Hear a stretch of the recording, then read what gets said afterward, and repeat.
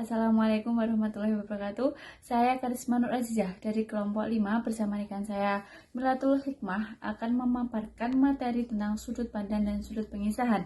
Pertama, saya akan menjelaskan tentang pengertian sudut pandang secara umum. Sudut pandang secara umum adalah salah satu unsur intrinsik yang terdapat dalam suatu cerita. Sederhananya, pengertian sudut pandang adalah posisi pengarang dalam membawakan cerita. Definisi sudut pandang adalah cara pengarang dalam menampilkan pelaku di cerita termasuk diri pengarang itu sendiri. Maksudnya, di mana dalam cerita tersebut menyatakan bagaimana pengarang ingin mengambil seluruh bagian langsung dari seluruh peristiwa, bahkan pengarang bisa berperan sebagai pengamat terhadap objek dari seluruh tindakan atau peristiwa dalam cerita tersebut.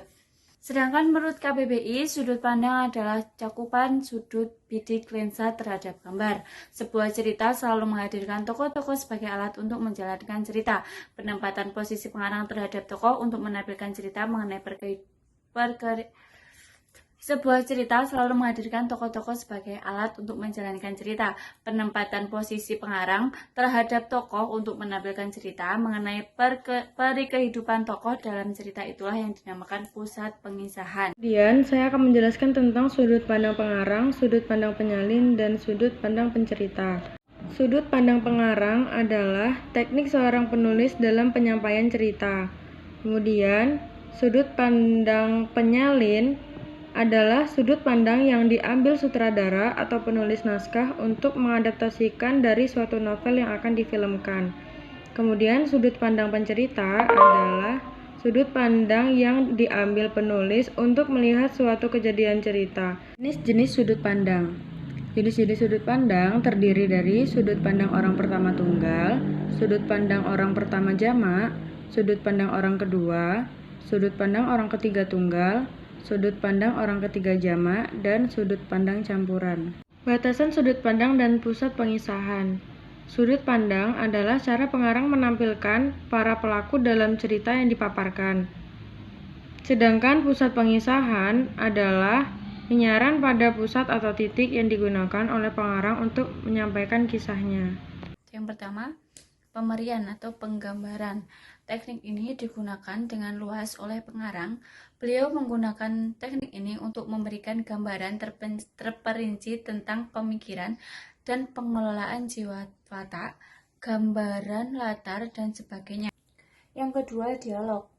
Teknik ini yang digunakan semasa perbualanan sesama watak amat produktif untuk membolehkan pembaca memahami pemikiran, pendapat, dan pengelolaan jiwa yang dialami oleh watak-watak. Selain itu, teknik dialog yang diselipkan di sana-sini juga amat berguna untuk menghidupkan watak dan menjadikan cerita lebih realistis. Yang ketiga, imbas kembali. Teknik ini digunakan untuk mengingatkan kembali sesuatu peristiwa yang telah terjadi. Tujuan utama seseorang pengarang memanfaatkan teknik ini adalah untuk mendedahkan kepada pembaca sesuatu episode atau kejadian yang penting tanpa perlu mengundurkan plot cerita ke belakang.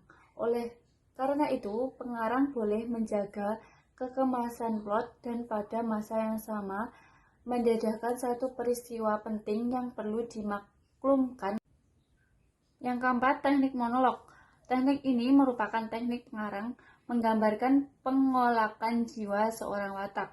Teknik ini amat produktif untuk membaca, mendalami pemikiran dan tanggapan seseorang watak tentang sesuatu perkara serta menyelami perasaan sedalam-dalamnya. Selanjutnya yaitu waktu cerita dan waktu penceritaan. Waktu cerita adalah waktu latar dalam sebuah teks, sedangkan waktu penceritaan adalah waktu yang dipresentasikan seiringan dengan perjalanan plot. Kemudian yang terakhir adalah analisis sudut pandang dan pusat pengisahan novel Ayah pada karya Andrea Hirata.